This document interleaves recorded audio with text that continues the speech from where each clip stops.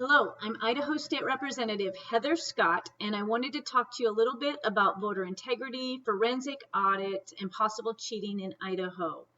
And I wanted to start with saying I'm getting a lot of calls to sign on to a letter coming out of Arizona to call for a forensic audit in all 50 states.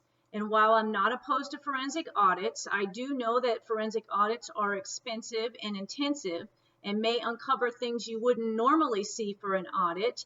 I realize that the Idaho House passed a bill this year to try to get to do audits in the counties. And that bill passed through the House and was stopped in the Senate by a committee chairman, Senator Patty Ann Lodge, who decided that that bill should not go forward. She's been there for 22 years, so I'm sure she had some good reasons why she didn't want that bill to go forward. That being said, I'm always a little baffled why we have citizens asking or demanding that legislators are signing a letter to have government audit itself for a problem it likely created. And I'm guessing the solution is not going to be it will probably be favorable to government. Usually when government audits itself, they usually just fix the problems and there's never any consequences. That being said, I was thinking about our role as citizens in Idaho and what we really need to be doing to ensure voter integrity and what I think that looks like. And so I wanted to just basically take it back to a local level and say, how many people out there know who your county clerk is?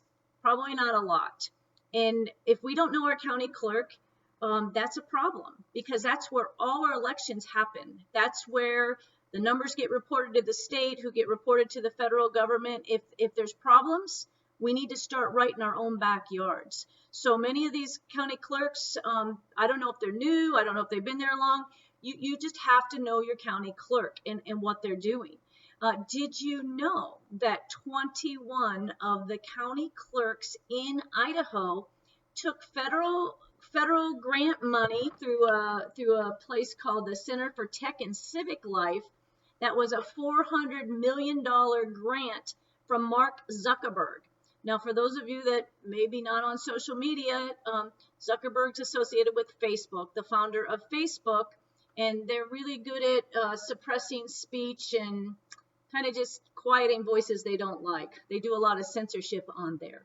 That being said, $400 million was given to our local counties and municipalities for staff training and equipment. Now, 21 counties in Idaho took that money. My question is, did your clerk take the money? And if they did, what did they use the money for? And what kind of equipment are they buying? Are they getting voting counting machines? Who are they getting the equipment from? That is your responsibility. That's my responsibility to know your county clerk and to know what's happening there. That's why I did this newsletter, to give you some ideas of things that you could do to start ensuring voter integrity. I'm going to go through the counties real quick just so you know. We would expect Ada County. That's usually a no-brainer. If there's something happening in our state that we maybe question, it always starts at Ada County, where the capital is. But there's Ada, Benawa, Bingham, Blaine, Bonneville, my little boundary county, Butte, Clearwater, Jim, Lemhi, Lewis, Lincoln, Madison, Minidoka, Nez Perce, Owyhee, Payette, Power, Teton, Twin Falls, and Washington counties. If those are one of your counties, you might want to go visit your clerk this week and find out some more information on what happened with that money. Another couple things you can do to ensure voter integrity locally is sign up to be a poll watcher, or you could actually be a paid poll worker. Then you'll know what's going on because you'll be there. You'll get to see the process. You'll understand the process. You need to understand that process. There's ways you need to go into your clerk's office. You need to understand what the process looks like and how could cheating be occurring. A big question is, are dead people voting? What happens when someone moves out of state? Those are all issues that you as citizens need to build a relationship with your county clerk and understand those processes.